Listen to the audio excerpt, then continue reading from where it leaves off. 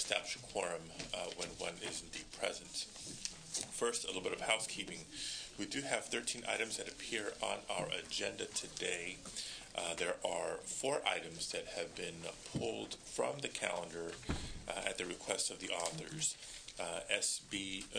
AB 306 by Assemblymember Gatto, that's item number 3, as well as item number 5, AB 644 by Assemblymember Blumenfield, item number 8, AB 976 by Assemblymember Hall, and item number 10, AB 1186 by Assemblymember Skinner. Those will not be heard or considered today. In addition, we will have a proposed consent calendar, items 11, 12, and 13, all committee bills by Chairman Bradford. At the appropriate time, we can consider a consent calendar. So that lays 1, 2, 3, 4, 5, 6, 7, 6 items before us. I understand Assemblymember Buchanan was the first to arrive. Let's come on up. And while she comes up, colleagues on the committee, Senator Pavley will not be with us today. She's out today. Thank you, Mr. Chair and members. I'm pleased to present AB 841, which will authorize the California Public Utilities Commission to require interconnected voice over Internet Protocol service providers to collect and remit state universal service surcharges on their California interstate revenues. Universal service has long been an important public policy objective of both the federal and state government. The FCC already requires interconnected VoIP service providers to contribute to the federal universal service funds. Last fall, the FCC cleared the way for the application of state universal service surcharges to interconnected VoIP services by stating that interconnected VoIP providers benefit from state universal service funds just as they benefit from the Federal Universal Service Fund because their customers value the ability to place calls and to receive calls from users of the public switch telephone network. This legislation is needed to provide the CUC with statutory authority to require interconnected VoIP providers to contribute to the state universal service funds. In 2008, SB 1040 by Senator Kehoe established similar standards to require VoIP providers to collect the state emergency 911 surcharge. Contribution by interconnected VoIP providers at the state level will help to ensure the current universal system is uniform, equitable, and competitively neutral. The bill passed the Assembly, UNC, and Appropriations Committee, and on the floor with unanimous bipartisan support. There is no opposition. And with me today is Bill Devine with AT&T, the sponsor of the bill. Thank you. Earlier in the year, the committee heard a related and similar bill. So I think we can keep testimony to a minimum. Okay, and thank you. Move quickly. Mr. Chairman, members of the committee, thank you for the opportunity to appear today, and we'd also like to thank the author, Joan Buchanan, for offering this legislation. AT&T does support the bill. This is an opportunity for the universal service funds in California to keep pace with the technological change in the industry. We'd urge your support as well. Thank you. Mr. Chairman and members, Carolyn McIntyre on behalf of the California Cable and Telecommunications Association, also in support of the bill. The cable industry serves over 2.8 million VoIP customers, most of which currently pay the surcharge, and we are supportive of this legislation that would allow that to continue. Mr. Chairman and members, Charlie Boring with Frontier Communications. We're a mid-sized telecommunications provider in California.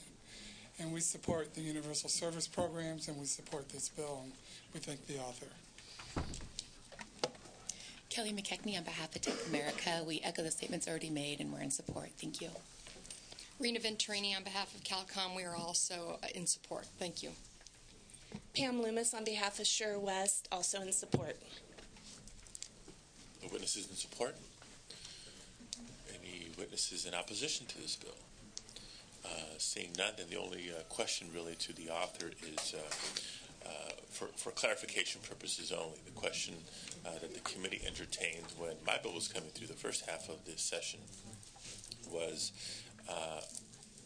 based on the language of this bill, are we trying to really open the door for the PUC as a commission to begin to regulate in the space of the Internet or not with this bill? So just wanted to get clear author's intent on the record here this morning.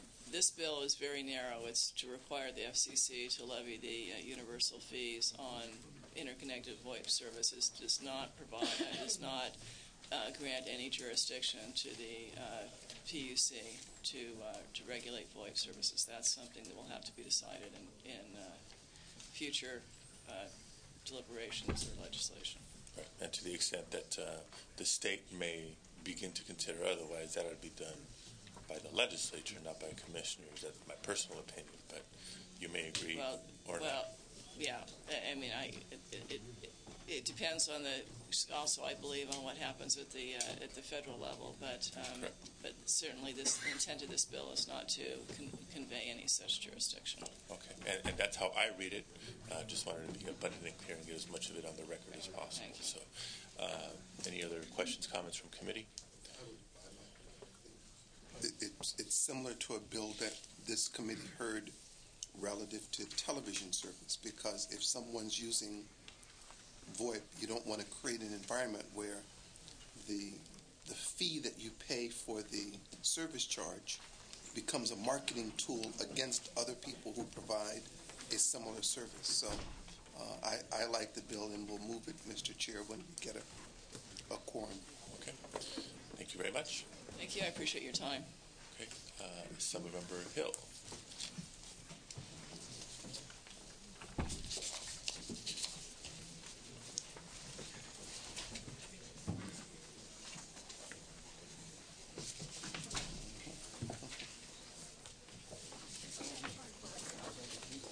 Thank you, Mr. Chair and members. I first became aware of underage drinking on party buses last year when one of my constituents, 19-year-old Brett Studebaker, died after hours of drinking on a party bus. These party buses, or booze cruises, are becoming increasingly popular as a place for underage drinking to occur with no supervision. Operators aggressively market their buses to young partiers with neon lighting, bars, sound systems, room for dancing, drinking, and lounging. The problem with current law is that buses are not held to the same standards as limousines. This loophole is highlighted by the recent tragedies we've seen with underage drinking on party buses throughout the state. On October 9th, 2010, a 17-year-old Redondo Beach student was killed trying to walk across the Harbor Freeway during a party bus stop. Coroner's officials determined his blood alcohol level was more than 3 times the legal limit. On February 5th, 2010, Brett Studebaker spent hours drinking on a party bus for his friend's birthday. At 2 a.m., the party bus operator dropped off passengers, and Brett attempted to drive home. He died about 30 minutes later when his car crashed into a sound wall on Highway 101 in the city of San Mateo. His blood alcohol level was more than 3 times the legal limit. I spent the year working with stakeholders, and we've crafted a bill that holds bus drivers more accountable based on what we've been requiring of limo drivers for decades. I've exempted school bus, transit buses, fixed bus lines. This bill only applies to private buses that people would hire for a booze cruise or a party charter. I've also limited the bill to buses where alcohol is being consumed so we don't overly burden bus drivers transporting groups of little leaguers or other groups where alcohol is not being used at all. The way it would work is almost identical to requirements on limousine drivers, but we've taken amendments to accommodate the industry. If alcohol will be consumed on the trip, the bus driver will have to ascertain whether any passenger is under the age of 21. An ID check or other verification. The driver would then read a statement that the consumption of any alcoholic beverages in the vehicle is unlawful for those under 21 and have them sign a statement that they would agree to the terms. Again, this is exactly what is done today with limo drivers. If during the course of the ride any person under the age of 21 is found to be or have been seen consuming any alcoholic beverage, the bus driver would drop the customer off at a reasonable location. The penalty provisions applied to party bus drivers in my bill are also consistent with penalties for limo drivers. First offense, the PUC may impose a civil penalty of not more than $2,000 on the driver. A second offense, the PUC may impose the fine and or suspend the carrier's permit for 30 days. A third offense, the Commission shall revoke the carrier's permit. And I've also added a misdemeanor provision for the third-time offenses. Members, I want to remind you that these are common sense protections against underage drinking that limo drivers have been successfully complying with for decades. It's time that we add these reasonable safeguards to bus operators. That's why industry stakeholders, such as the Greater California Livery Association, which has limo and bus clients, is supportive of the bill. I'll continue working with the industry stakeholders as the bill moves forward. We have an opportunity and an obligation to prevent what happened to my constituent, Brett Studebaker, from happening again. That's why I've named this bill in his honor. AB 45 will save lives. I've asked a couple of witnesses, if I may, Mr. Petit. Sure. Good morning, and thank you very much for allowing me to be here. My name is Eric Berggren, and in December, this past December 17th, my daughter Lauren boarded a party bus. And I'm not talking a party bus that has dance floors and has disco lights. I'm talking a inline bus that holds 45 or 50 passengers. I don't know what size, but it was a regular bus. She was 15, going on a birthday party for 15 and 16-year-olds. Shortly after she left, within a few hours, my wife and I received a call that my daughter's not doing well. We were asked to meet them at the BART station in Millbrae, picked up my daughter. My daughter is 15 years old, weighs 100 pounds. And she had a .26 alcohol level when she was taken off the bus. I joined the bus, met them there, and they brought her off to us. She was put in the car. The bus driver told me that they have no responsibility for anything that happens past the line in that bus. Whatever happens is not their concern. My daughter was taken to the hospital, and the emergency room said between 3 and 5 minutes she would have died because of acute alcohol poisoning. 13 other children were taken that night off of this one bus.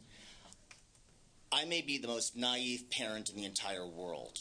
4.3 student, all-star sports. Never once have we had any issue with my child, and to have this happen. She's going on a birthday party, chaperoned by one chaperone who is 21 years old.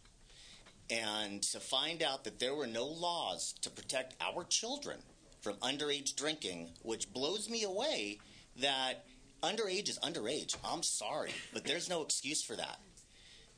To have this happen to my child, and luckily mine turned out okay. She's alive today. Brett Studebaker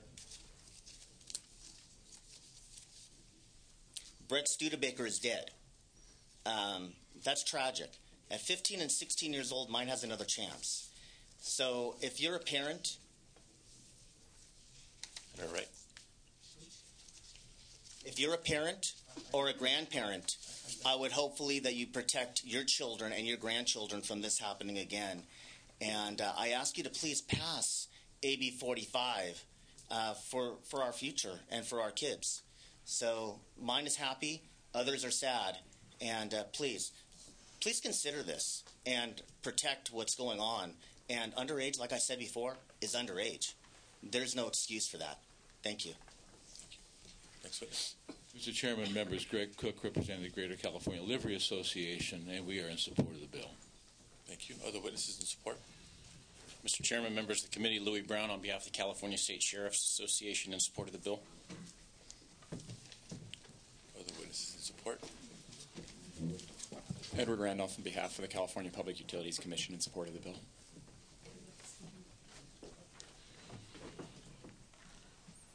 My name is Catherine Carlton. I'm chair of the State Junior League State Public Affairs Committee, and I am in huge support of this bill. We represent 12,000 women in California. We voted, and we're in support of this bill. And as a mother of 2 children, I cannot express to you how strongly we are in support of this bill. Thank you.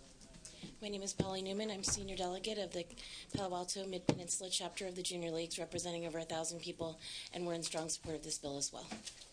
Thank you. Next witness in support. Other witnesses in opposition?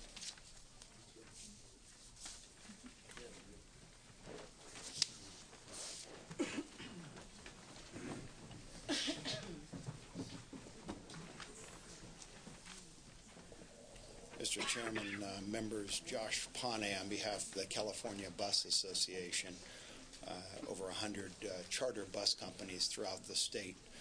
And we've been working closely with the author through the assembly. We have just not arrived at anything close to something that could work for us. You know, since the hearing in the assembly, we've done more research on this, and we've determined a couple of things. So we have to continue to oppose this bill as it's written today. Number one, it appears that there's this growing party bus industry, which is made up principally 99.9% by limousine companies. The companies in the association that we represent are not limousine companies. We actually have one carrier that does limousines as well. He's the most vocal in opposition to this because he knows the problems that it will create and the safety hazard that it will create. We've brought together a group of carriers who've been in the business probably 250 years combined. And so they're going to give individual testimony to the committee. I'm just going to preface it with a couple of items. And I have for the committee members over the weekend, Donna and I were sitting there, and I said, you know, we have this big hearing on Tuesday, and thank you. And so I had to get on the computer, and I went through and Ask.com or Google.com, one of those companies, and I said, show me party bus, Bakersfield, Pacoima, San Diego, L.A., Ventura. And so I've compiled, and there's a New York company in there because it came up under L.A., so they must be a broker that does business. And what I found in it was that 99.9% of all of these companies are limousine companies. This law was originally intended, and I think, Mr. Chairman, in our meeting you mentioned this idea, well, yeah, it's a service, right? This is a service. Limousine is a service. Motor coach is a service, and there are these focuses on service. So we found that there are all these companies, limousine companies, that have branched into the party bus business. That is not our business, and you're going to hear about the rest of the business, the 99.9% of the business out there, 7 days a week, 24 hours a day, and what it means. And then try to focus energy on whether, in fact, in the end of all this, this bill, as it's written right now, will do anything. As it's written, will it have any effect? It's been mentioned, and Assemblyman Hill and I have a disagreement on this. It's been mentioned that this has been a success for 20 years. And the facts of the matter are just the opposite. It actually, there's not been one court that has referred any violation to the PUC. Not one. PUC couldn't find it in the last 7 years, so we said, well, could you look back the other years? They couldn't find that. So we're trying to figure out how, Mr. Chairman, as we spoke, how could we fashion something? And in the end of the day, as your committee consultant put in her analysis, returning an underage passenger to trip's point of origin or other location necessarily means all passengers come along, which is problematic for large buses and long-distance trips, and even more so if multiple groups paid for passage on the bus. For example, if an adult group on a charter bus from the Central Valley to the World Series games in San Francisco may be more than a little miffed, well, one of our operators said there'd be a riot on the bus if the bus tried to turn around because of one underage drinker. It'd be a riot. And so your committee consultant, she goes on to say the group on the bus, including the minor, somehow got drunk, just one. And we won't burden you with the fine and how the fine is. So what we're really saying is if we thought this was going to help save a life, we'd be for it. And I'll close with this. The association, when 11 passengers on a charter motor carrier 2 years ago lost their lives because a driver was being trained on that motor carrier. Wasn't a member of our association, but it was obviously 11 passengers. The association got together immediately, and the president called the meeting and said, we have to do something. We have to change the law. We have to try to find a way to stop these operators because they're going to kill more people. And in that case, we went forward with Assemblyman Jones and put the toughest law in the nation on the books. And that said, if you put a driver even once, you lose your authority. If that driver is not properly trained or licensed, you lose your authority. It was great debate, but the fact is, that's what real operators do. So we're here ready to work. We think it's going to take longer time than just today's brief hearing on this vehicle. We think it should take proper look at it, and we hope that you agree that we should just patiently look at this. This, as your consultant has clearly said, is not going to do anything, unfortunately. So, before we go to the other yes, witnesses, because I am interested in hearing from the operators directly, but just to, you referenced a meeting that we had in my office yesterday, so I want to acknowledge just a couple of things. First, that we did meet. Second, what I was encouraged to hear, because if you just look at the analysis, your organization is registered in opposition to the bill. So one of the questions I asked Mr. Pani on behalf of his client was, well, do you recognize that this is a problem or not? Because if you don't even think it's a problem, then there's probably not a whole heck of a lot to discuss. If you acknowledge it's a problem, then it's a matter of how you go about addressing the problems. And Mr. Pani expressed to me yesterday, and I hear him this morning, that yes, they do indeed acknowledge that this is a problem out there. And so I think for purposes of having a constructive dialogue today, it's a matter of how best to approach the issue. Now, Mr. Pani, you circulated this amendment, or not this, but a packet of websites of people who are in the business of party buses. Limousine operators, yes, sir. Are any of the companies in this packet members of your organization? No. Now, so you don't represent all charter bus operators? These are limousine operators, sir. And so, and I didn't, if some of ours came up, I would have included them, but I did it under party bus. And then you can really see the difference of the websites. And that's why I encourage you to look at that and take time to study it, because there are real differences in the websites and what they're promoting. And just to highlight one of the, and it's referenced in the analysis too, the term limo bus in statute is a contradiction. The term limousine is defined in statute by seating capacity up to 10 riders.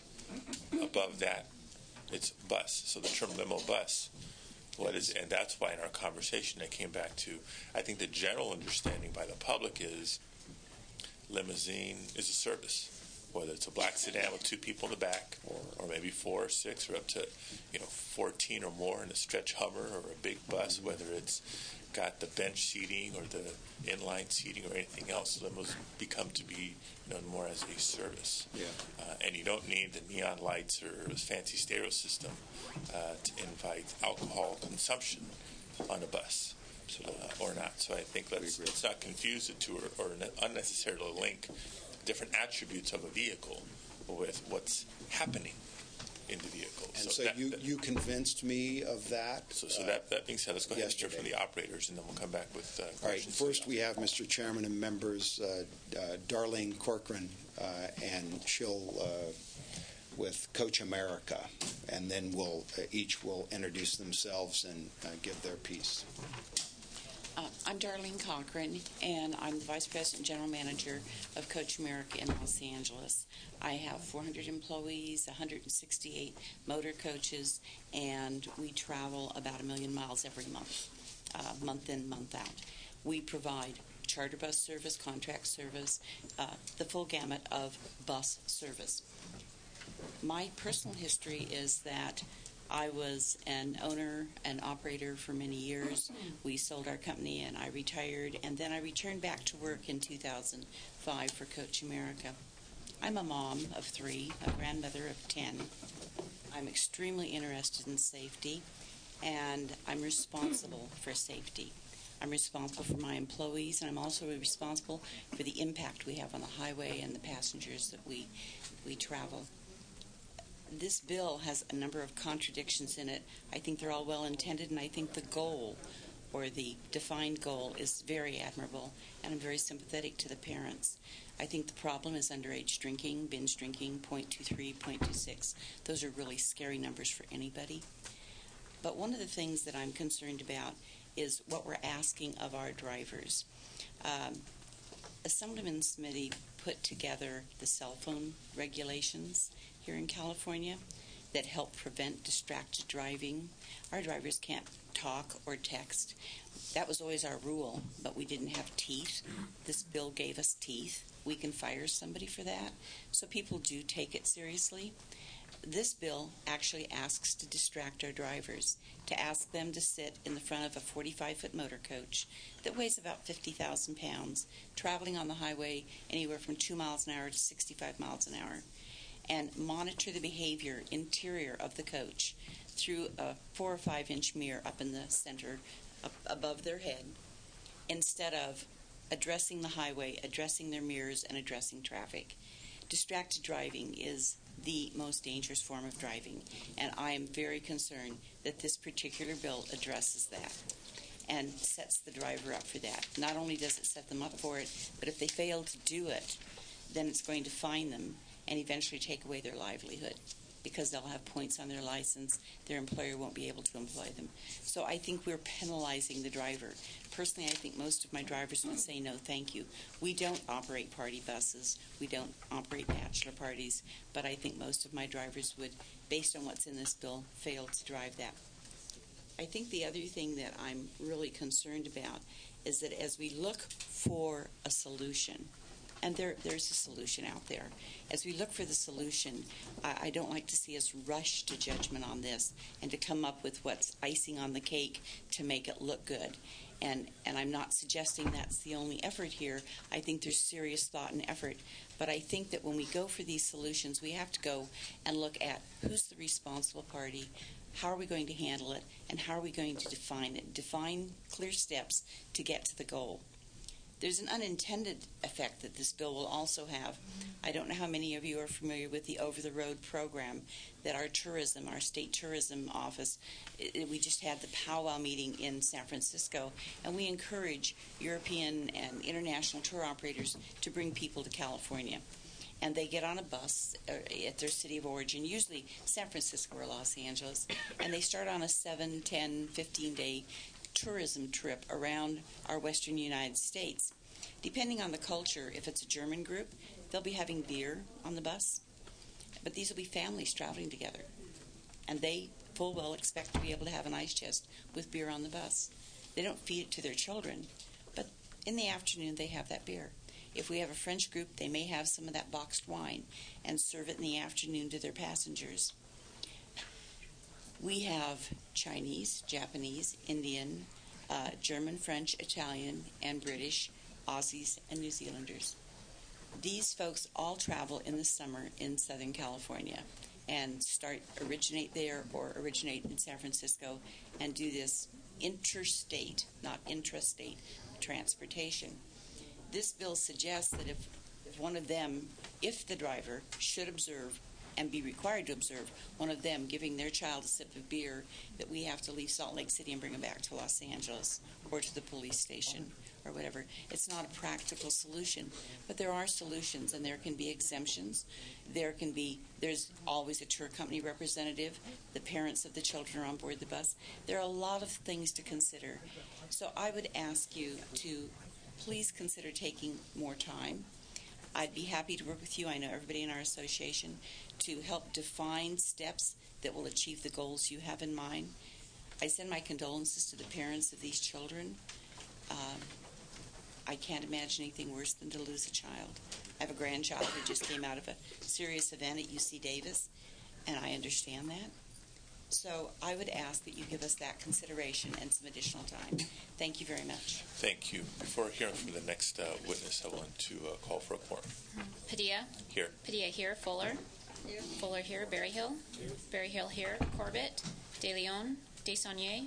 Desaunier here. Pavley. Rubio. Semidian. Strickland. Strickland here. Wright. Right here. Okay, quorum is established. Let's continue. I'm Susie Peterson. I work in the office of the California Bus Association and deal with our members on a day-to-day basis, and also I'm a member of the Grace Community Bible Church in Prunedale, California. One of our main complaints that I hear about this bill is the confusion over it. There's a lot of areas in here where one point it says if there's alcohol on the bus and a minor, the alcohol is locked up underneath the bus. And another point in the bill it says that if the minor's parents are on the bus, the minor's parents can drink. But what about the other people? And then also the main concern, I think, is driver distraction. It's very difficult to be sitting in the front seat of a bus and operating it in a busy, crowded city and monitoring what's going on behind you and not running into other travelers on the road or crashing the bus. And so we want to operate safely. We don't want to have crashes. We want all of our passengers to get from point A to point B in one piece. And as a customer who charters a bus every year to transport my students to church camp, we don't want our focus to be on alcohol when we are taking them to camp for a week. And we bring coolers on the bus. Our driver's not going to know what's inside of those coolers. Some of our kids are coming from families where alcohol is not consumed, and those children are probably not using it. And some of our kids that we take to camp are at-risk kids. These are kids that we're trying to reach out to. We hope that they don't bring alcohol on the bus, but we don't have any way to know for sure that they're not going to do that. And in the event something like that were to happen, we would want our youth pastors and our counselors to deal with those students, and we wouldn't want our week at camp to be ended because one person violated that. And because of the problems with the bill, the inconsistencies, the confusion, I would urge you to please take time and let's do it right, and let's work together to come up to something that will solve all of the problems that it has currently. Next witness, please. Good morning. My name is Curtis Riggs. I'm the president of Via Trailways from Merced, California. We operate a fleet of motor coaches and transit buses serving the Central Valley. We do not operate party buses. And I'd like to talk to you a little bit about, if I may, draw the distinction between those two, because I think it's important to understand the difference, even when alcohol may be involved in both modes of transportation. The best example I can think of that's real life for us is the fact that our company and our motor coaches are considered to be a resource for our community to combine safe travel with social functions. And a great example is a wedding party, where frequently we've chartered buses to go an hour and a half or even 3 hours from Merced, taking people to a wedding ceremony. And alcohol is often put on board the bus. They might have champagne. You might have the wedding party on board. Clearly, the purpose of getting on the bus is not to just party on the bus. It's to get to a destination, a social function.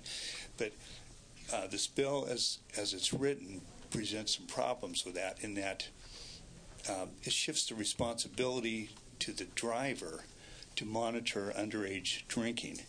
I acknowledge that there's a problem with underage drinking, but I'm just questioning whether the driver is the appropriate person. If you've got a wedding party on board and the 19-year-old bridesmaid gets offered some champagne by somebody else, would it not be better to have the person who chartered the bus be responsible for that, or whoever is an adult that's giving her that?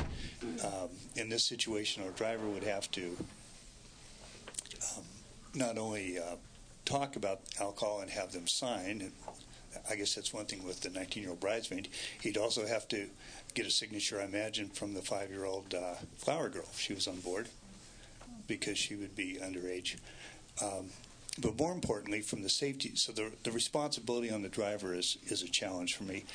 And also the distraction, as Darlene mentioned. The bill appears to put the responsibility on the driver while he's en route to the reception to be kind of checking in his mirror to be sure that someone underage doesn't get a glass of champagne. And that's just present, as you've already heard, I won't go into that very much, really is a distraction that I think causes safety. I think there's also, I agree with, I wish I could agree with the stated purpose of the bill, that it was life-saving. And I would support that 100%. Again, I agree that there's a problem, particularly with party buses, that needs to be addressed, and I appreciate your being willing to delve into the complexities. I also think but it's been my experience that we have laws against providing alcohol to people under 21. We have laws against people consuming alcohol who are under 21. And we have laws against driving a motor vehicle while you're under the influence. And I think enacting another law, unfortunately, won't change the underlying behavior that causes these very sad tragedies. What it could do, though, perhaps, that is another concern of mine, is it shifts responsibility from the people who are illegally participating in an illegal activity to the driver and the company. That could have the effect in our legal system of making the driver and then the company responsible for the liability if anything goes wrong. That's a concern to me because I'll need to insure against that exposure. And that's just a cost that gets passed on. But ultimately what happens then is you make the cost of chartering the bus more and more expensive. And then I have to wonder, are there those groups that instead of chartering the bus and doing the responsible thing and having a hired driver take them to their social event, do they say, oh, we can't afford it, let's just drive? And do we end up with more fatalities rather than fewer because we're putting people in cars rather than on a motor coach? And again, I acknowledge clearly that a party bus is a different animal, and I'm not sure what the solution is there, but I'd love to work with you and try to see if we couldn't make a legal distinction between those two different forms of operation. I appreciate your time in listening to us today. Thank you. Next witness, please. Good morning. My name is Mike Waters. I am Vice President and General Manager of Coach America in San Francisco.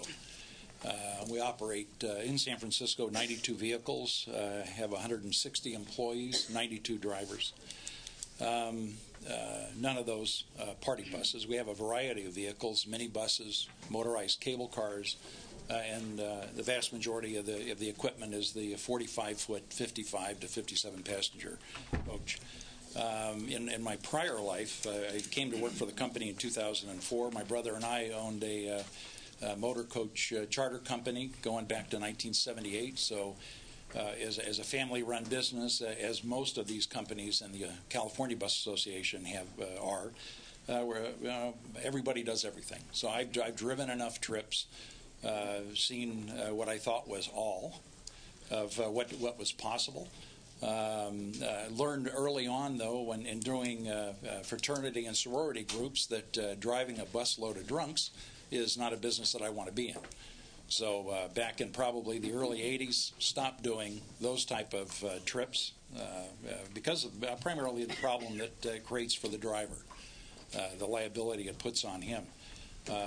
Coming to Coach America in 2004, realized we have a fleet of about 14 motorized cable cars, and a decent size of a portion of that business was bar hops. So when I became familiar with the operation and with the company, it didn't take me long to figure that having 35 drunks hanging out of an open air vehicle is not a good business to be in. So we stopped doing that. While it did provide transportation, kept them out of cars and put them in a somewhat contained environment. The fact is, when you ended the trip, all you did is dump the drunks back at their cars. So while we provided a service on the interim, I think at the end of the trip, we really didn't provide much in that.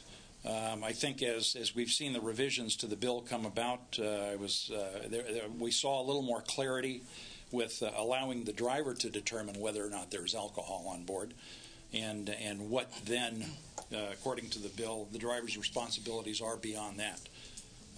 As Ms. Peterson did mention, though, there are still some quirks to the bill As she mentioned, if alcohol is observed and you do have a 21 or you do have a minor on board, then the alcohol has to be stored out of reach. The exception to that is the parent or legal guardian who may drink while nobody else can drink, unless they're, again, a parent or guardian. So I think, at the end of the day, I think our message is that both as a parent, my wife and I lived through the underage drinking of my two boys. Had fortunately better results than the Studebakers, which we're very sorry for that. But the bill in its present form does need more work. As a board member and past president of the association, everybody in the association, as was mentioned, is willing to continue to work forward to try to come out with a bill that will work and will provide some end result. Thank you. Next witness, please. Good morning. My name's Scott Haber. I'm the general manager of West Valley Trailways out of Campbell, California. We're a family-owned company. I'm the third generation. My grandfather started the company in 1966. We have a fleet of 25 vehicles, about 50 employees. We're obviously in opposition to this bill as it stands right now, basically for all the reasons you've heard this morning. But I'd like to reiterate the safety aspect of we're a small company, and I do a lot of driving myself, so I'm licensed. I'm school pupil activity bus certified. We just got through our busy season, so I did spend a lot of time on the road, and I will tell you, from the driver's perspective, there's a huge responsibility for the safety of those passengers on your shoulders when you've got 50 lives that are in your hands. And if you give us another thing that we have to be concerned about, being worried about people driving, I mean, that fine hanging over our heads a big deal there. And obviously for my employees, it would also be, their job as well. If you throw that on our shoulders and we have to deal with that as opposed to watching the road, as they've said, we've got a 50,000-pound vehicle rolling down the road. We're going to, put our passengers in danger, and also the people on the road. I mean, and that's a lot to ask of a driver to deal with. And this is, like I said, I drive a lot myself, and it's a big difference when I have a bus full of people and an empty bus. As soon as all my passengers get off my bus and everybody's safe, I have a feeling of relief. So to deal with that, as well as this new responsibility, would be very difficult. Another thing I want to address is that a lot of these operators that currently do the party buses, not all of them, a lot of them aren't even operating within the law as it stands. I mean, we have a lot of operators in our area. I can name one right now. I won't name them by name, but they're close to our facility, and they have a suspended PUC, and they're out operating a party bus. And so basically, we have laws already that aren't enforced. If we make another law that is not well enforced, it's just going to put the good operators at a disadvantage, because we're going to have to, like, as Curtis had said earlier, we're going to have to insure against it. It's going to drive our costs up, and ultimately there's going to be a bigger gap than there already is between us and the rogue, as we call them, rogue operators. So it'll just help to facilitate their business. They're going to grow because of this, just because they simply won't follow the law. Thank you very much. Now we have a couple more witnesses. I want to give you no opportunity to speak, but if there's a way to not be too repetitive of points that have been made previously, we'd like to move the hearing along. Okay. My name is Mike Abercrombie. I'm the general manager for Amateur Stage Lines. We have offices right now in Sacramento, California, and Reno, Nevada. We currently have 45 motor coaches and a little over 100 employees. We are in opposition of AB 45 as it is currently written. One of the concerns I have, and I'm just trying to put myself in a position of a passenger, and I have my 5-year-old, my 8-year-old, and my 11-year-old, and I'm taking them to a Giants game. We've got this function put together, and now we're on a bus, and we're going to, say, the San Francisco Giants game. And before the trip starts, obviously if there's beer or wine on the bus, having a driver go up to my 5-year-old, my 8-year-old, my 11-year-old, and actually read a statement and have my 5-year-old, 8-year-old, 11-year-old sign the statement. I just think there needs to be a little more time and consideration. I just have a lot of concerns on the way the bill is currently written. Thank you. Thank you. Excuse me. I'm Tom Giddens, owner of Pacific Coachways Charter Services out of Garden Grove. I'm on the opposition of how the bill is written also. I'm sorry, I'm a little nervous up here. It's all right. We've talked with Assemblyman Hill. There has been many changes, and hopefully that we can delay it a little longer to make some more changes. I am concerned, as all the other operators have said. My son's in the business. He started when he was 14. He's now 30. We did his wedding in the bus. I understand what Curtis was saying about having alcohol and having the minors on board. We did, but we transported the guests back and forth from the hotel it was at to the church, back to the hotel for their safety. We do a lot of that. We also do the foreign customers. In our business, if they call it a party bus when they ask, it's fraternity, sorority, we've taken our business has decided that it's not worth the risk of the money that we make. So we don't do those types of trips. But there are people out there that do them.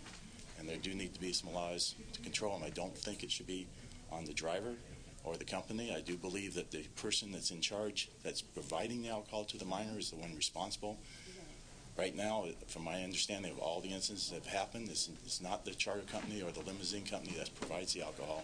It's somebody else. So you're asking us to monitor who brings on the alcohol and then keep them from drinking it, even though they're bringing it on. So either we lock it up underneath and there's none on board at all, or we cannot monitor it. I drive also. I've driven since I was 18, actually. So you cannot control what's inside the bus from driving safely down the road, especially in the evening. It gets darker and darker in the back, and the 5-inch square mirror we have to look at is just to make sure somebody's walking around so we don't put them on the floor. It's really not to monitor them closely. So thank you for your time. Thank you very much. I do have a couple of comments and questions, but I want to begin by allowing Assemblymember Hill to kind of respond to some of the points that have been raised by the opposition. Thank you, Mr. Chair, and I appreciate it. And I do want to say that the members of the association, the bus association, they're responsible and very respectful individuals that and run, I think, very good companies. However, the witnesses, and Mr. Pane has made the case that and portrayed the problem as being limited to party bus companies, those with perimeter seating, and limousines. And I've handed out to the members advertisements. I went on Google and found the same thing, and there's inline buses that are advertising for parties. And if you look at the other pictures, you can clearly see those are inline bus seating where people are pouring booze through a tube into their mouth, and that is a regular coach bus. So it's not a different animal. It's the same. And that's really, I think, the issue that we're dealing with here. We have addressed the bus association's concerns. They had 4 specific concerns. We addressed each one of them in the amendments that we've taken, and one that we are planning to take, exempting school buses and other buses that are set transit buses. Most recent amendments exempts the driver from having to read the warning unless they reasonably know or should know that there's alcohol or passengers under 21 years of age on board. Also, we've changed the returning to the point and the origin of the trip, which is what limousines are today. We've made that amendment, and we're willing to take the other amendment that if a parent or a legal guardian over 21 years of age is on the bus, then that person takes responsibility. The issue is not the bus driver diverting his attention or distracted while he's driving. The issue is these are steps that are taken before he leaves the gate, that he has to ascertain where there's alcohol, if there is alcohol on the bus, who is on the bus that could be drinking that alcohol. That's the responsibility that the bus driver would have before he starts the trip. And that's all that we're asking in this bill, which is no different than a limousine, which also accommodates, as we all know, for weddings and other parties of celebration and celebratory occasions.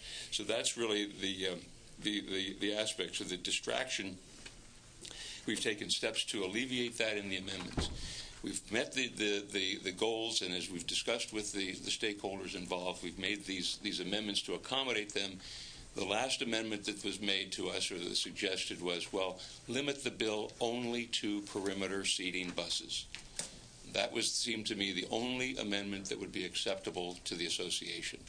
And as clearly can be seen, this problem is not just limited to perimeter seating buses. It applies to all buses, as it did to limousines as well. So we've addressed the issues, I believe. clearly, and a lot of the comments that were made by the business owners were reflective of the bill before the amendments were taken, and I think we've done everything we can to really meet the needs that apply to the inline seated buses and accommodate them in this. Thank you, Mr. Padilla. So a couple comments, just so you know sort of where I stand today and where I'm coming from. A lot of great points raised on both sides of this, and I think if I pick up a couple of themes from the testimony, it's number one, there's a chance that every trip is unique. There's a reason people are looking for some sort of limousine service, bus or otherwise, some sort of charter service. It's because a normal mode of transportation, driving yourself, getting a ride, taking public transportation for some circumstances, all the other more routine options don't make as much sense. And so, therefore, a need to, hey, let's pull some money together, whether it's a family, whether it's a group of friends, whether it's a church, whether it's anybody, to charter a mode of transportation. And so to have a bill that'll, in one fell swoop, cover all possible circumstances, I think that's part of why this is difficult. Because how do you write a law that applies to a party bus that's going to circle around Hollywood on a Friday night, and that same solution, quote unquote, is going to apply to the church outing to Yosemite, and is also going to apply to a group outing to a baseball or football game, or that, because of the varying and specialized nature of why people would require charges. I think that's probably one of the reasons this is so challenging, how to write a bill that'll address the problem that we all agree exists, but doesn't have any unintended consequences on either good actors or good activities that are going on out there. So that's one additional theme that I picked up from the testimony today. The other is the concern about the driver's attention. And I respect that you portray this as, well, we're just giving the driver these couple of things to consider before you leave the gate, or et cetera, et cetera. But the fact of the matter is, both the activity in the real world and the way your bill is written reflects the reality of you can do a lot of things before the bus leaves the point of origin. But the real problem comes into play when that bus is in motion. And I would agree, this isn't the Transportation Committee, this isn't the Public Safety Committee, but this bill is here for a reason, that the driver's first and foremost responsibility is eyes on the road, the safe movement of that vehicle. And to add responsibility or obligations to that could potentially distract that driver's eyes or mindset, runs the risk of adding some element of danger to that particular operation. So, not to say that this isn't a problem out there. I want to come back to that point. I think there's general consensus that this does happen in the real world and we need to do something about it. The question is the bill before us the best way to approach it? What you and I, as Member Hill, discussed in my office is there maybe an opportunity for an additional sort of chaperone or supervision mandate required here when there's a certain number or certain percentage of underage riders that are part of the party that's riding the bus. Maybe there's an additional requirement on behalf of the client, the person chartering the bus, that if you can have X number of underage people, then you got to have more than just one adult, and maybe that adult needs to be over more than 21 years old. To ensure the proper behavior on that bus.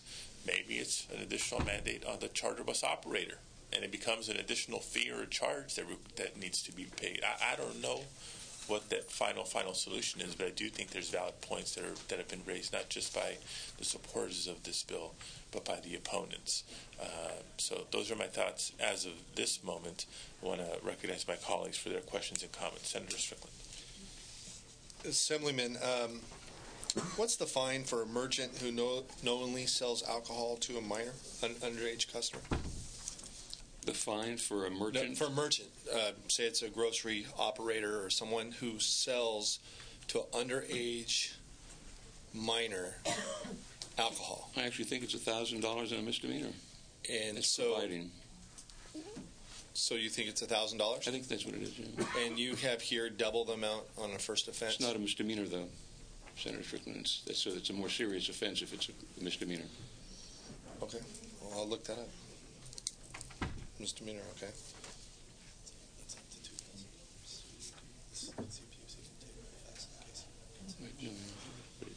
That's your testimony. It's a misdemeanor.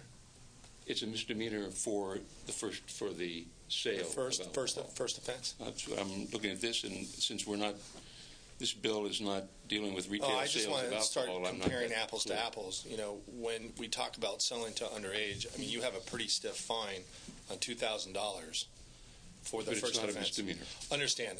I will look that up. I did not know it was a misdemeanor, but if that's your testimony. Secondly, where is the personal responsibility for children who are, say we're talking about what the chair mentioned, a bus in motion. Kids are very innovative to not show alcohol. They might stuff alcohol in a Coke can or a flask or something like that. Is the bus driver personally responsible if at the beginning there was no alcohol but they smuggled it through? At that point, is the bus driver responsible? No, I don't believe the bus driver would be responsible if they smuggled it through, but this is the same idea. That's what we've tried to do with the limousines in 1988 when it was passed, and has followed through quite successfully. The comments were made that perhaps it wasn't a successful bill and that it hasn't worked successfully, but when you look at the fact that there haven't been cases brought before the PUC over this, and we haven't seen the problem as we have seen with party buses, I think it has worked and been successful. So the idea of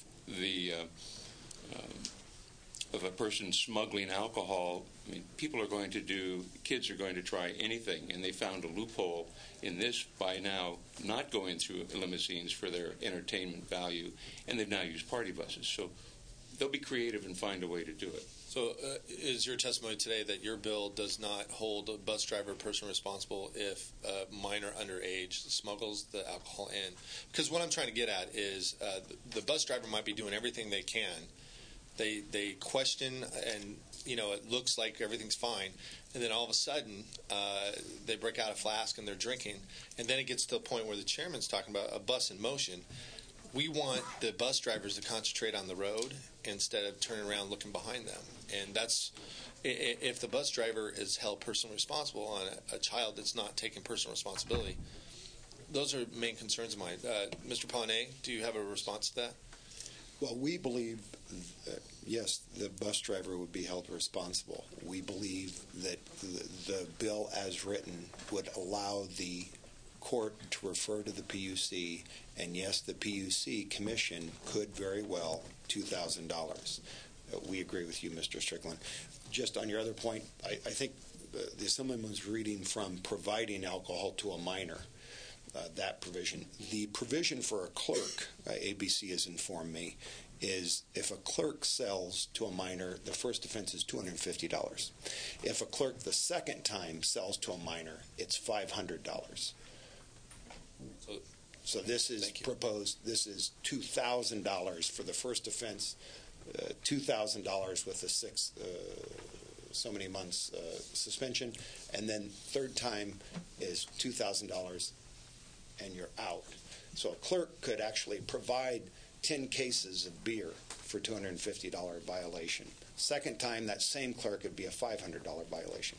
Now, a person who actually buys, as the Assemblyman said, 10 cases of beer for a party for youngsters, underage people, that's a $1,000 fine. And I believe he's correct. I don't know about the misdemeanor provision, but yes. All right. Thank you. Senator Berryhill. Yeah, thank you, Mr. Chairman. Yeah, this is a very well-intended bill, and we all want everybody to be safe. But this seems to me that it's one more piece of liability. And all of a sudden the driver should be paying attention to the road. I'll tell you, as a kid, I smuggled stuff on buses all the time. I mean, going to Disneyland,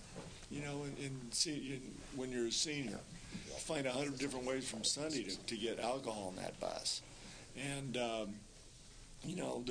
I just think that this is one more opportunity to put people in harm's way of liability and lawsuits, and all you need is one major catastrophe, and we've got yet another cruise line out of business. And so, hey, listen, and I know you tried to get a hold of me. I wasn't able to talk to you about the bill. I know that you've made a lot of changes, but for me today, this thing, I've got some concerns about it. I'm not going to be able to support it today. We'll see what happens if it gets off the floor. Mr. Chair, if I could just respond to one of the comments made, and that's the diversion of the driver and looking back. It's interesting that the Department of Education, with school buses and with the problem of persistent bullying that can go on in school buses in the back, has now adopted a policy and guidelines and training modules that require and ask the drivers to frequently monitor their passenger activity through brief glances in the rear view mirror to monitor what's going on. And that's part of their new guidelines and protocols that they're doing with school buses. So I want to make that clear. Okay. Other questions, comments from committee? If not, just for clarification of what is being considered today, it's the bill as in print. I understand there's amendments that you will be taking.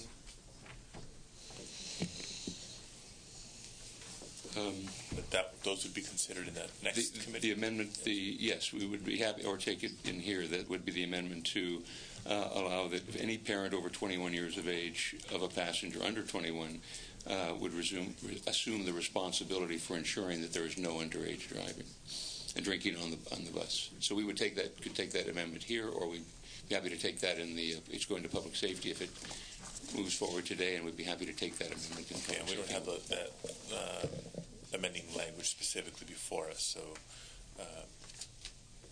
No, I don't. We don't have that. It didn't get the feedback from Ledge Council. Okay, so that would be something eligible for the next committee, not for us here today. We would take that. Mr. Chair, Senator Wright. As a clarification, a first-time offense can be up to $1,000 at a retail establishment, as could the second offense. And the penalty for the third one is that the licensee loses his license. And the penalty in the retail establishment can be against both the person who sold it as well as the person who has the license. So it goes both ways. So it could be $250, but it could be $1,000, depending upon the judgment of ABC as to how egregious the sale was. So it's not fixed at $250, nor is it fixed at $1,000, but they make a determination as to what took place. So in the case of the 200 and something cases that you described, that actually could result in a forfeiture of a license on the first offense if the ABC determined that the violation was so egregious. So if you had a clerk who gave 250 cases to a high school football team, there's a good chance that that retail establishment would be out of business in California. So it's not, but again, you're both saying the same thing, but there's a bit of flexibility that the ABC has in terms of how they penalize the people who commit that offense. Mr. Chairman, if I may. Just briefly. My point was simply that we need to focus responsibility on those who are providing this substance. I think there's disagreement there, but it's not an either or, at least in my opinion. No, and you have just to bring this item a little bit to a close. I'll entertain a motion, but Assemblymember Hill, again, I think Senator Berryhill said it best. This is a well-intentioned bill, and I think we've established that this is a real issue out there in the real world, a real problem. We need to do something about it. It's not easy. It's not simple. It's not cookie cutter. What you have before us is a proposal. We heard from both supporters as well as those not necessarily against the bill because of the problem, but against some of the specifics of the legislation. If you're already entertaining, should this bill have the votes to move out of committee today, it goes to public safety, and there's already at least one amendment that you say you would incorporate then. I'm willing to support the bill today in the spirit of you're still working on it. but I think have outlined a couple of dynamics that I think are of concern and maybe should be addressed a little bit differently. And whether that can be done in the next couple of weeks as it goes to the next policy committee and possibly to the Senate floor, or if it takes a little bit longer, it takes a little bit longer. But indeed, there's a real issue here.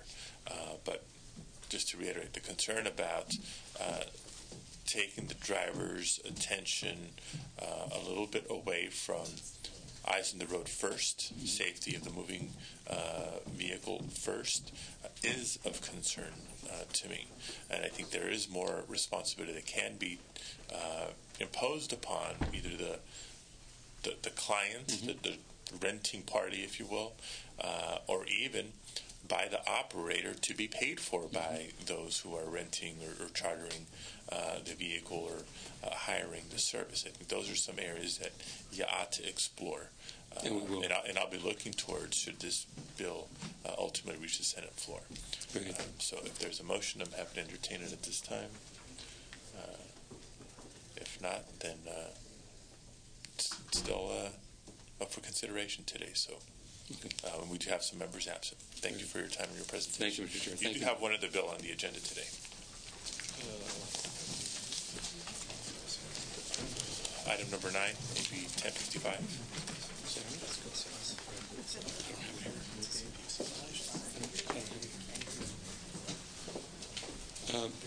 Mr. Chair, if we take somebody else. Okay. Member Gordon.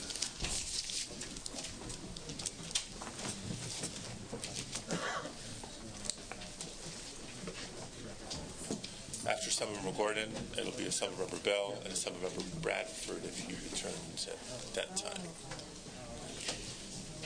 Mr. Chair and Senators, I'm here today to present AB 512 regarding the Local Government Renewable Self-Generation Program. This bill seeks to make the Local Government Renewable Self-Generation Program more accessible by increasing the eligible size for renewable self-generation projects from 1 megawatt to 5 megawatts. This program was created with good intent in 2008. Its goals were to increase the use of renewable energy and to reduce, over time, the amount spent by local governments on their energy costs. To date, the program has not been well utilized by our local government partners, which could lead you to question whether the program is necessary. In order to answer that question, I spoke with those in local government. They told me that the economics of the program did not provide enough of an incentive for development of renewable distributed generation, due in part to the 1 megawatt project cap. The cap does not provide the scale that local governments need. Last November, the Assembly Select Committee on California's Green Economy released a report that included a recommendation to increase the eligibility cap in this program from 1 to 5 megawatts, citing in that report potential projects from the city of Fresno. We have since identified other local governments, including the County of Sonoma, who are pursuing projects that stand to benefit from this program with this change. For example, projects under consideration in Fresno provide a snapshot of what the program aims to encourage. These projects include a 4.5 megawatt biogas project from the city's wastewater facility and a 5 megawatt solar project at the city's Jensen landfill. The current bill credit limit of up to 1 megawatt serves as a barrier for local government entities wishing to take full advantage of projects with a generating capacity greater than 1 megawatt. Municipal governments, development companies, and the Public Utilities Commission agree on this point.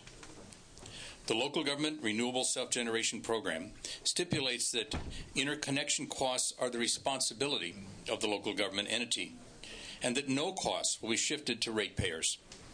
Local governments across the state are exploring development of renewable self-generating facilities. This bill seeks to make this program work for these local governments while maintaining the provisions that are fair to the investor-owned utilities. I would respectfully request an aye vote. Witnesses in support. Good morning, Mr. Chair, members. Gus Corey here on behalf of the County of Sonoma. We are in support of the bill. The county owns and operates a facility, and we have plans in order to develop a 1.4 megawatt fuel cell project. And so we believe that this will help further our commitment to renewable energy, and we ask for your support. Thank you. Dan Shaw with the Public Utilities Commission. The Commission supports this bill by Assemblyman Gordon because, as the analysis states, it may help create more interest from larger projects precluded from receiving CSI or self-gen incineration project incentives today, and because larger projects may make the economics more attractive. Because the bill credit is at the time of use energy component of the generation rate, which is less than the full generation rate, we see no cross subsidies from other ratepayers not participating in the program. Thank you. Good morning, Mr. Chair, members of the committee. Wendy Ritterbush with the Association of California Water Agencies. We have several members with projects over 1 megawatt that are interested in this program. Thank you. Can give me a couple of examples? I don't have my list with me, unfortunately, but I know that the 1 megawatt cap was a concern, and several of them expressed that they would be interested. Their projects are under the 5 megawatt cap, potential cap. Because we that heard would from be Sonoma County of a specific project they're looking at that's a 1.4. So it's both the specific entities that I'm interested in. That's correct. Because there's a lot of people thinking and talking generically, but who's actually putting pencil to paper? And also, is it in the 1.4, 1.5, or is it closer to the 5? That's what I'm trying to ascertain. Right. No, I understand that. And we can provide a list to you and your staff, Senator, but for right now, we know it's under the 5 megawatt cap. If you don't mind making a quick phone call, I'd appreciate it. Okay, thank you. Mr. Chair, Senators Brian Reese on behalf of the Inland Empire's Utilities Agency, and also in support of the bill. Cindy Hillary on behalf of the Regional Council of Rural Counties and CSAC, the California State Association of Counties, in support. Mr. Chairman, members, Mike Dillon representing the California Association of Sanitation Agencies and major wastewater agencies in support. Mr. Chair, members, Roxanne Miller representing the Mayor, City Council, City of San Jose. This is an important bill for us so that we can have the opportunity of up to the 5, which will help us substantially with the billable account transfers so that smaller facilities, libraries, community centers can be part of the energy. Thank you. And Hugh Bauer on behalf of the City of Santa Rosa, also in support. Other witnesses in support? Any witnesses in opposition?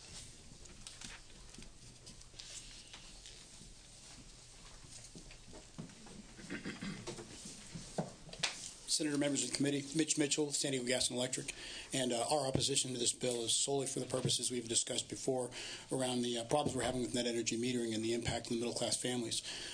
In this situation, what we've talked to the author's office about is that when you raise the size limit and you allow people to build bigger systems, there is a bigger cost to the distribution system upgrades. And if they are willing to allow these to happen, there should be someone that bears the cost of that is the developer of the system, not just socializing those costs for the ratepayers.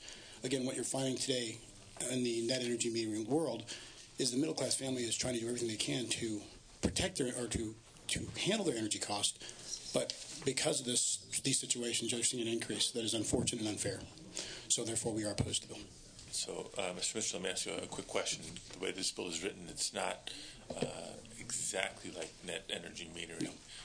It's more gen to gen. It's more gen to gen, yes. But your concern still is still the same category, that you have a situation where when you by increasing the size and allowing for the size from 1 megawatt to 5 megawatts, there are going to be distribution enhancements that are required. So who bears the cost of those enhancements? Should it be the ratepayer that gets no benefit, or should it be the entity or the developer that is actually putting it in? But that would be different than T&D. Little different than T&D. I mean, you're a little different, yes. Okay. Senator Wright. Clarification. This might be both the author and Mr. Mitchell. If a 5 megawatt system is installed, let's say one of your witnesses, I think, was from the one of the rural counties, I think. Let's suppose that the county only uses 3 megawatts. What happens to the other 2? Well, they would not. They would receive credit only for the 3, not for the 5. They only get credit for what they use. Okay, maybe let me try it again. Okay, I'm sorry. Okay, you've got a 5 megawatt system, but you consume 3, right? So that means that there's 2 left. You've paid for 5 because you built the system, so you own 5. What happens financially or to the electricity to the other 2? I think there's a question that we have is if they're planning on wheeling or looking at wheeling the power somewhere else, if you're going to use the system to move that power somewhere else, there's a cost of that they're not paying for. Those are questions that we still have about okay, let me try it again. I'm sorry. Maybe I'm not speaking English. You've got 2 megawatts of power left over. Does the utility have an obligation to purchase the 2 megawatts?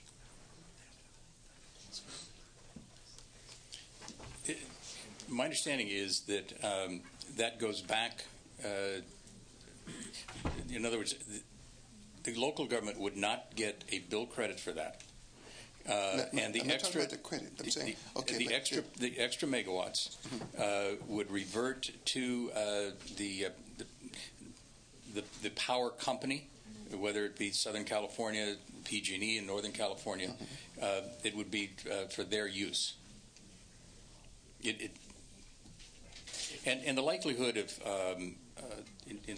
a local government building something beyond its capacity, we think, is very minimal. Local governments, given the cost considerations here, are going to build a project to meet their needs. And again, these are projects that are built at a site and then used perhaps at many local government sites. In other words, it may be that the facility generates off of a large parking lot, but the power then is used by the government at a library site, at a police department site. And so the local government is going to build this to the capacity that they need. And what we're discovering is that the 1 megawatt cap is not doesn't provide the right balance of incentive in terms of the cost of producing these projects.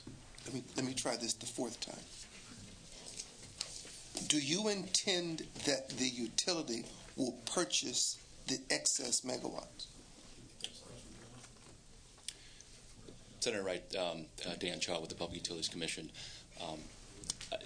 Any excess generation that does not offset a benefiting count of the local government is essentially given to the utility.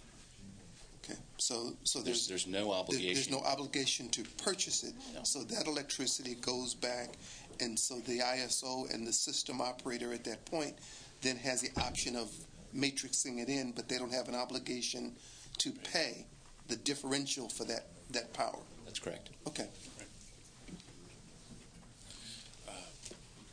Other witnesses in opposition? Seeing none, let me put a couple of comments here.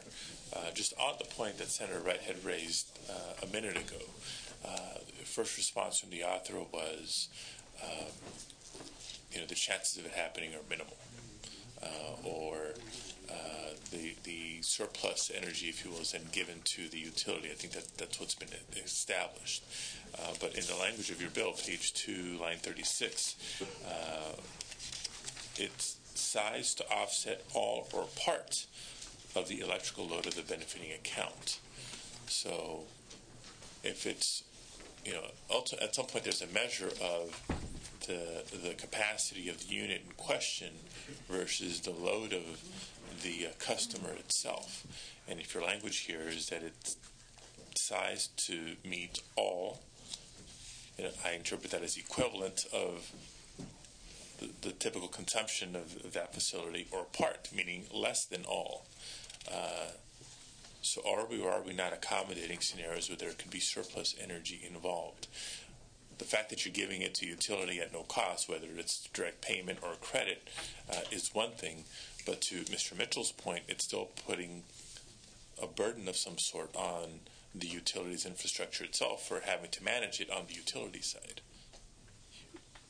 I think perhaps the key point here, Senator, is that the program, as established in 2008, does require that the developer, in this case the local government, must pay the interconnection costs. So there is a mechanism by which the local government would provide this energy if they had surplus and pay the cost of transmitting that energy. Well, the initial connection cost is one thing. The ongoing electron management, if you will, is another.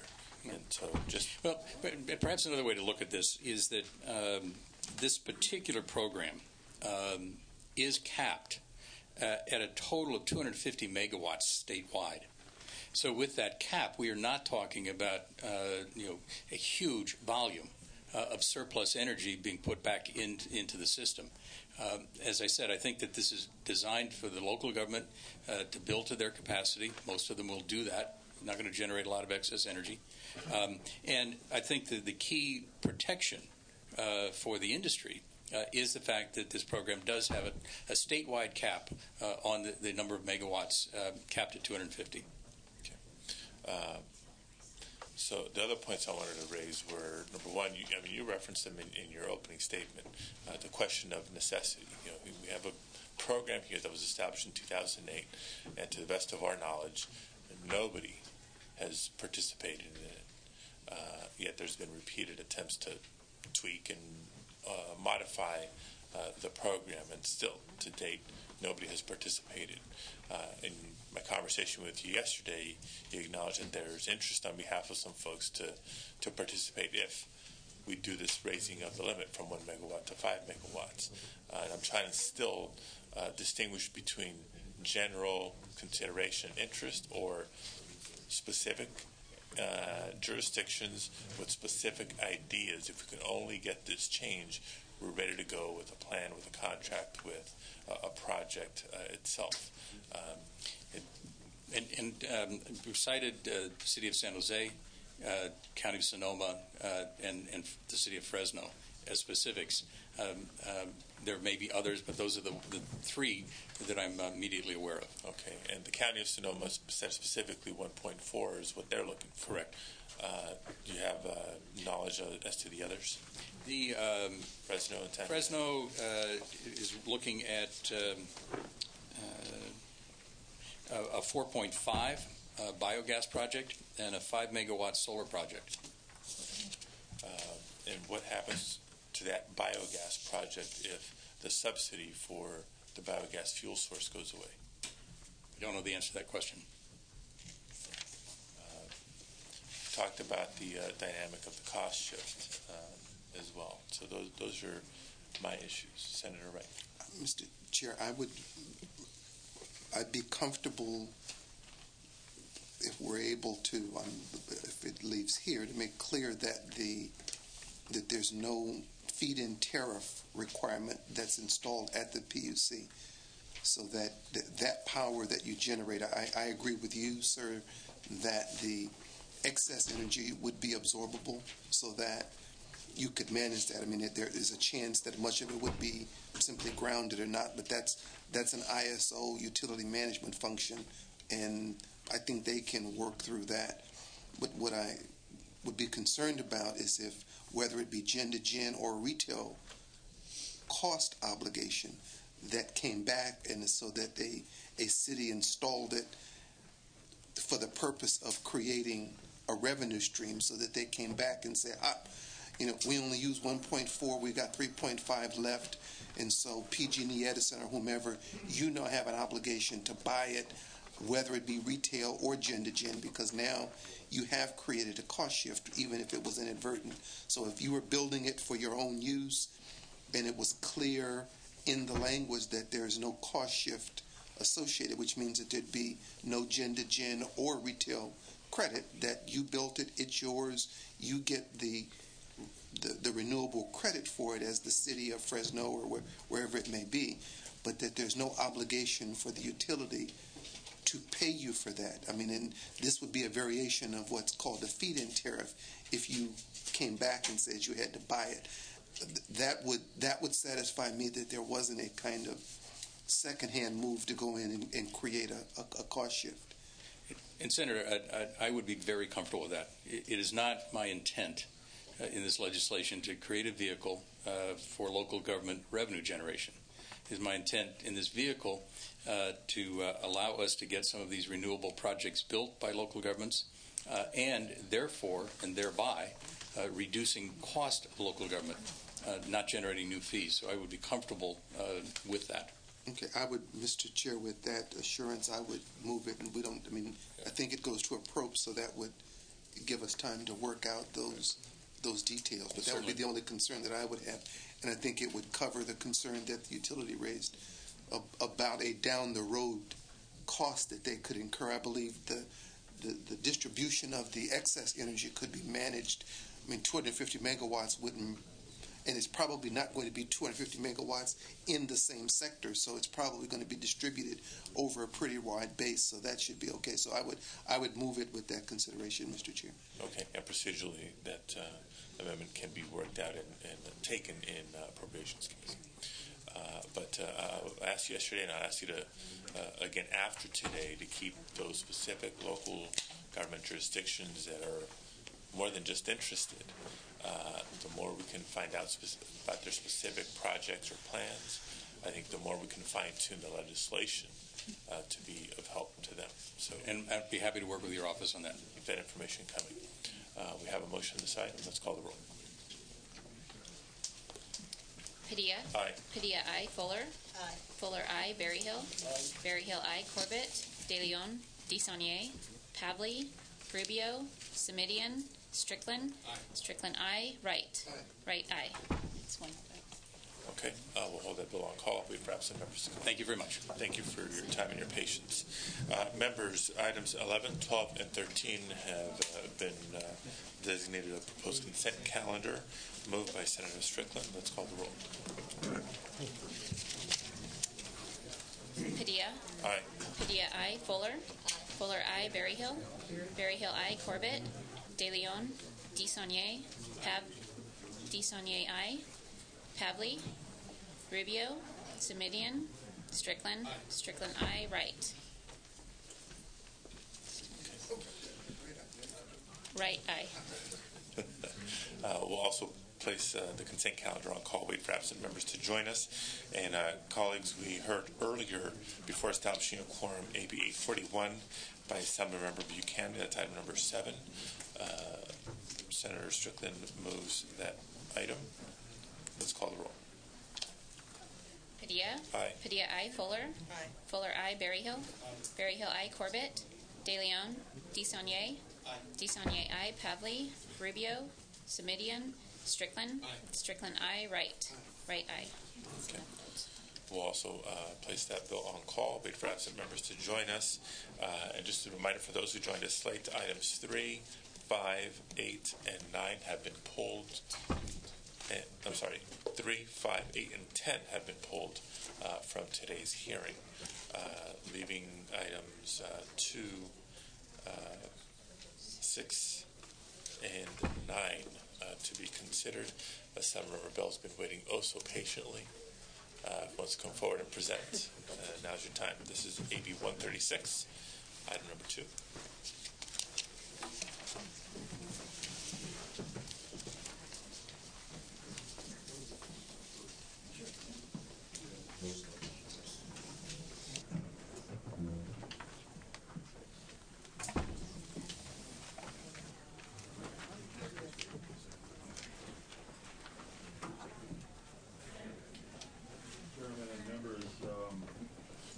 No piece of technology more universal or more vital than the telephone.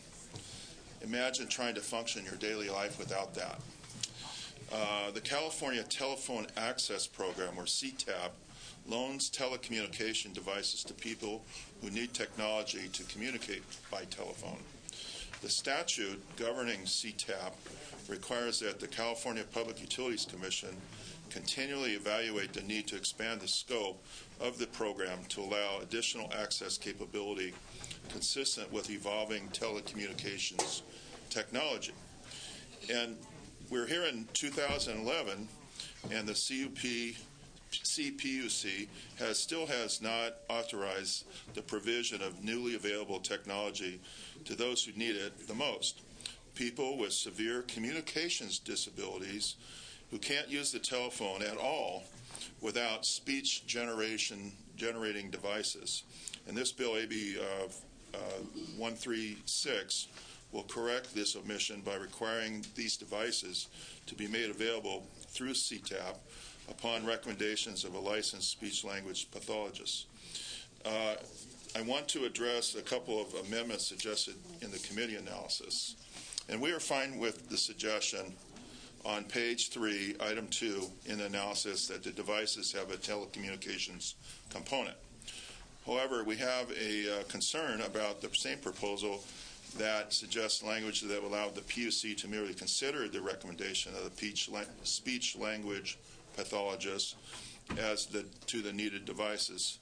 The bill does not require the PUC to provide a particular device. It does require that it be provided an appropriate device with consistence with the speech-language pathologist's recommendation. So the suggested amendment would allow the PUC, despite its acknowledged lack of experience in this area, to reject the recommendation after only considering it. And the amendment is unnecessary, but we will work with the committee consultant to clarify the language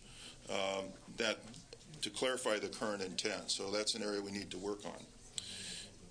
Also, the suggested amendment in item 3 of the analysis will require that someone needing a speech generation device demonstrate that insurance coverage has been denied or is unavailable. As a practical matter, people are almost always referred to a third-party payer before even approaching the CPUC. But the suggested amendment could result in a discriminatory element, since people with the most severe communication disabilities are being singled out. In other words, we're not requiring it for other people with disabilities, but this particular class of disabled persons, we're requiring an added condition to get these devices. And that would result in a dual standard, which probably would not be appropriate with the American Disabilities Act. There are other devices that the PUC provides that may also have a third-party payers, including durable medical equipment that's covered by health insurance. And an example of this is an artificial larynx device. Some of the devices are provided to people who are deaf and blind through the Department of Rehabilitation also. If the PUC were simply authorized to ask all applicants, everybody, to the CTAP program if they sought third-party coverage, and if so, provide a denial letter, that would probably be okay. If you provided it just across the board for everybody, the same rule, everybody gets the same standard, rather than having a dual standard, which would probably violate the American Disabilities Act. That would probably be an appropriate way of dealing with that particular concern. The request should apply to everyone. So we would work on language to do that rather than have a problem with the American Disabilities Act. The legislature needs to step in to make sure people, the most dependent on technology to use a telephone, are not ones denied access through the program, established for that purpose. And I think what we're trying to do with this bill is fashion a bill that makes it real easy for them to do that. And that's the purpose of my suggestions on the amendments. I asked for an aye vote.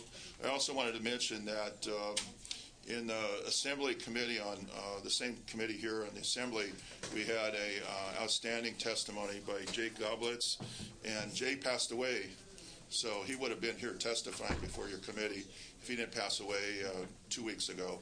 We adjourned the Assembly in his memory last week, so I asked for an aye vote on this measure. Okay, thank you very much.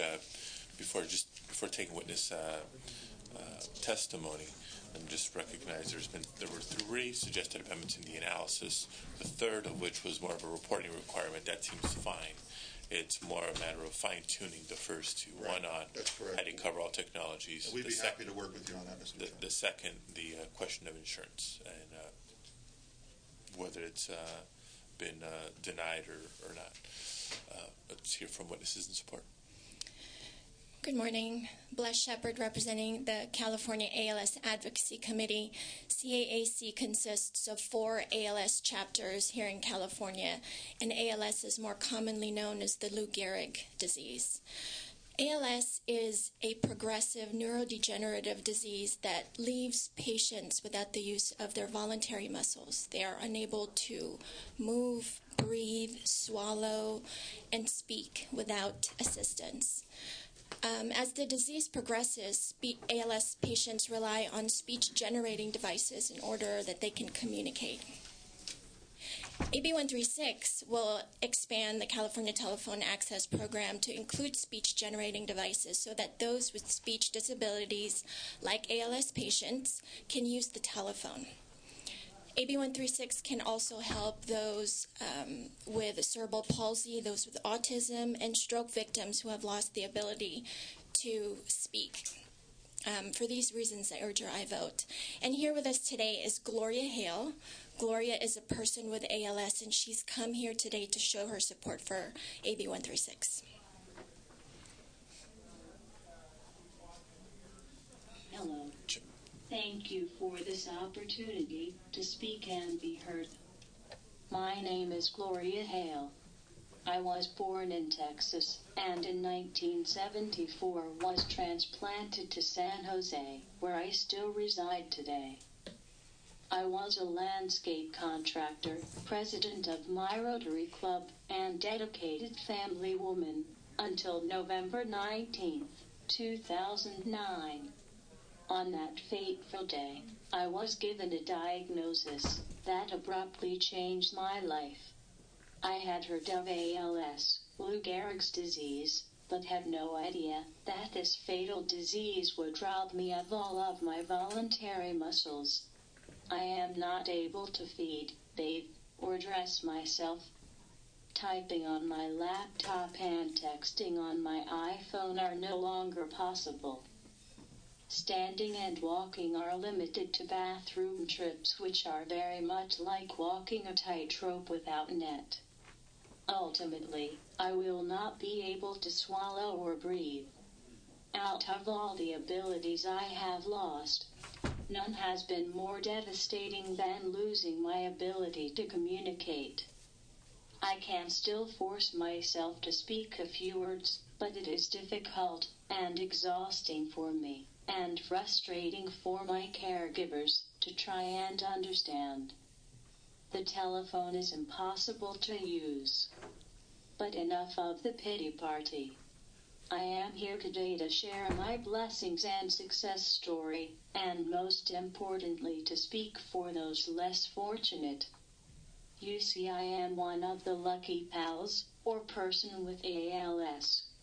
I have a loving husband and mother as my primary caregivers at home, and a health care plan through Kaiser, which has provided me with excellent service and equipment. Our modest 1,200 square foot home is now bursting at the seams with medical equipment such as walkers, breathing machines, Hoyer lift, toilet chairs, shower chairs, and wheelchairs. You get the picture. Unequivocally, the most important piece of equipment in my inventory is this speech-generating device. This device has me sitting on top of the world again. I use a mouse and special clicker to navigate the screen now. When I can no longer do that, I will then be able to use my eyes to move the cursor. How amazing is that? This device allows me to do many things. You are witnessing my ability to speak for myself, but I can also sound an alarm in an emergency. I am able to email, and I have a new family on Facebook. and we are all dedicated to helping each other, not only to survive, but thrive. Most important, I can once again speak over the phone to friends and family. I am no longer afraid or helpless if an emergency required me to call 911. In closing, I want to emphasize that I am the exception and not the norm. There are many pals without the resources to stay in touch with the world. I am here for them. It is the least I can do. I would like to thank my Assemblyman, Jim Bell, for carrying this legislation forward. When AB 136 is adopted, it will provide this invaluable technology to those who are now isolated and forgotten. Our numbers are few, but our needs are great. Thank you all very much and God bless. P.S. Please don't make me move back to Texas and take all my California pals with me. We love our Golden State. Thank you very much.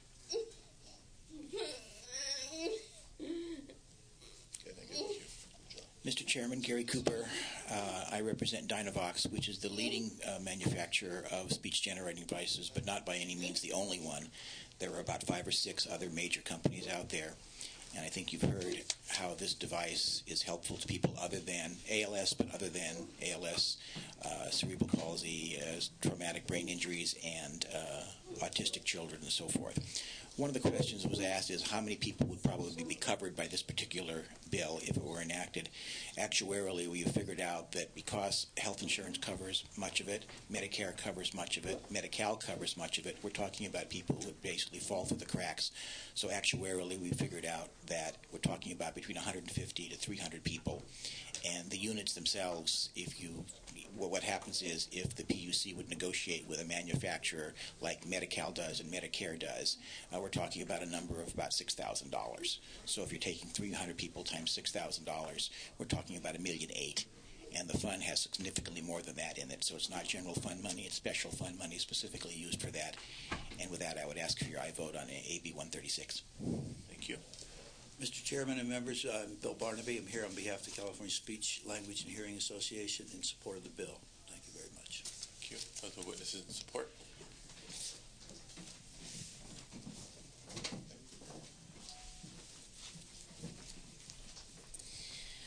Thank you, Mr. Chair. Deborah Doctor from Disability Rights California, and we've been supporting this bill from the beginning and really commend Assemblymember Bell for carrying it. There are a couple of issues that are in the analysis that I wanted to bring up, and second, what the author said.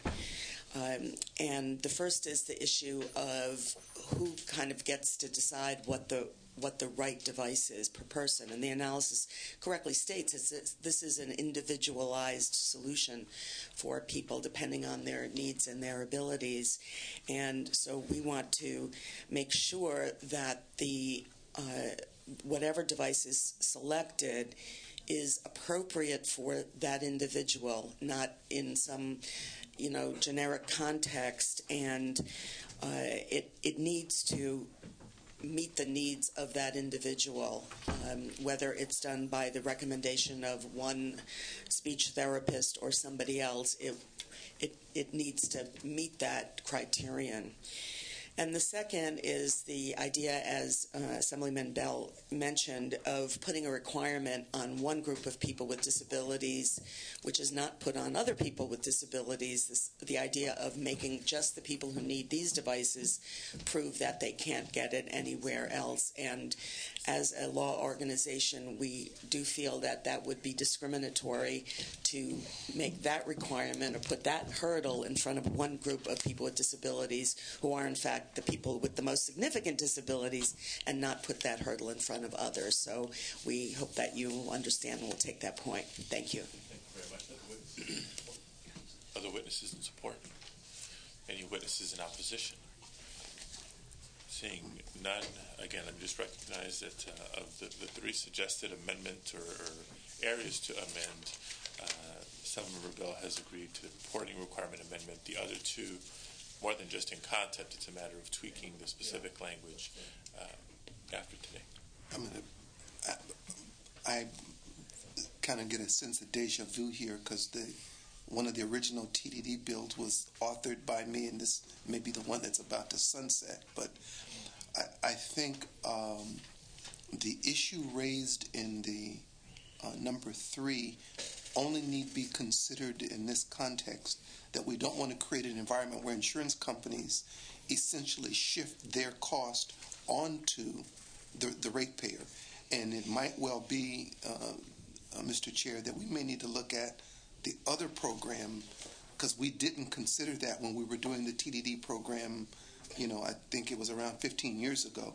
But that I don't think you intend to create a situation where whatever the insurance company is says, okay, we can get the device for free from the ratepayer. So even though we would be obligated to pay for it, we're going to shift that cost, and that's $1 million that we get to pocket. I don't think that was the intent, and I agree that we might need to just have at least some form of verification that was done first. Not that we wouldn't provide the coverage, but that the person did exhaust their own resource. Because if we write it as it is, a very smart person at an insurance company would make sure that you exhausted the ratepayer dollar before you got the other one. I think the report, I'm glad that you took that, because we may want to begin looking at the fund to make sure that we're maintaining some kind of balance. My experience has been actually that it's been underutilized, frankly. There are a lot of people, particularly in the hearing impaired and others, that aren't aware of it and don't take advantage of it. In many cases they should, which is why there was a high fund balance. In fact, it almost got ripped off a couple of years ago in one of the budget discussions because people just saw this money sitting out there. But I'd be supportive. I think we need to look at that language in number 3, and it might need to be in the sense of where your witness was, expanded, that everyone with insurance who accesses the TDD fund at least make sure that we're not providing a subsidy to insurance companies on something that they ought to pay. It shouldn't be singled out for this device, but it should cover everyone who is similarly situated seeking to use the fund, because it was not intended to be an insurance subsidy program, but it was to help people who needed the service. I'd be supportive, and I hope we can work out the details later. And I'm running because I'm going to another committee. Is that a motion? That would be a motion. Yes. Senator Fuller. Did I understand that the amendments that have been suggested are going to be taken? The 3 amendments in the analysis, the third of the 3, the reporting requirement, again, that's a yes. The other 2 are pretty much agreed to. I think the author's requesting a minor tweak to what the analysis suggests, but I'm comfortable going forward knowing that, I guess in the next committee on appropriations, we'll finalize the language to the spirit of what's suggested in the analysis. Does that make sense? Yes. As long as we're taking the amendments, then I'd be happy to give you a courtesy vote to move it along and make sure that it can get worked out. Okay. Let's call the roll. Padilla? Aye. Padilla, aye. Fuller? Aye. Fuller, aye. Berryhill? Aye. Berryhill, aye. Corbett? De Leon? DeSaulnier? Pavley? Rubio? Rubio, aye. Semidian? Strickland? Wright.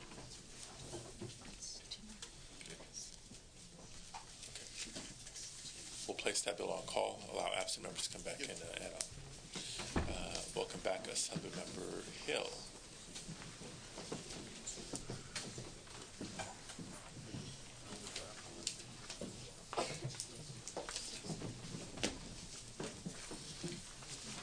This is now item number 9. Thank you for your indulgence, Mr. Chair, on this. Apologize for not having it when we were here before. Mr. Chair, members, the bill before you is very straightforward. It would simply prohibit a commissioner or employee of the CPUC from soliciting contributions from any person or entity that the CPUC regulates. On January 26, 2011, the San Francisco Chronicle reported that the PUC had created a CPUC foundation and it would solicit money from entities the Commission regulates. The article reported that companies were buying $20,000 tables for a dinner held at the San Francisco's Julia Morgan Ballroom. The dinner was both a fundraiser and a celebration of the CPUC's 100th anniversary. The list of invitees included PG&E, Southern California Edison, Turn, AT&T, and others. The creation of the foundation, which was intended to be substantially funded by utility dollars, reinforced the perception that the CPUC is too close to the entities it regulates. The foundation's creation undermined the public's confidence in the CPUC as a strong regulatory authority, especially when the public is asking that the CPUC be more transparent, public, and independent in its thinking as a result of the pipeline explosion that occurred in San Bruno. I'm glad to report that as a result of the negative attention to the foundation received, the Board of Directors decided last month to dismantle it. However, the legislature has the responsibility to ensure that such an incident never happens again. AB 1055 increases transparency by having CPUC commissioners and upper management report on which nonprofit boards they serve and by prohibiting commissioners and employees from soliciting contributions from entities that the Commission regulates. AB 1055 is a good first step in restoring the public's trust in the CPUC. Thank you very much. Witnesses in support? Yes, Lenny Goldberg. On behalf of TURN, we do see a potential conflict of interest here and do support this bill. For the record, TURN did buy 2 tickets to the and it's been other things implied.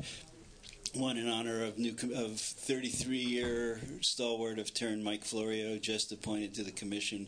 The other is our board member, Carla Peterman, who attended this, who was appointed to the Energy Commission. So we bought 2 tickets to this event, just to make the record clear, and we do support this bill with regard to conflict of interest. Other witnesses in support?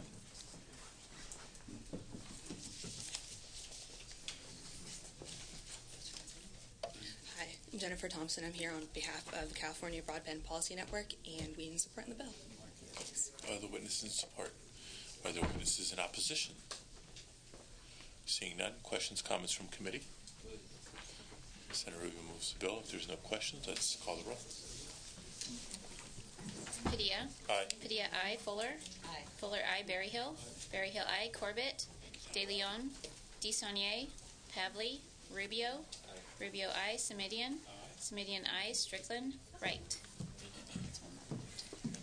That needs one more vote. We'll keep it on call, allow absent members to come back and add on. Okay, the only bill remaining is by Senator Bradford. So he's presenting in another committee. We'll give him a few minutes to wrap up there and come back. In the meantime, let's do the first of a couple of lifting calls. Let's starting with item number 2.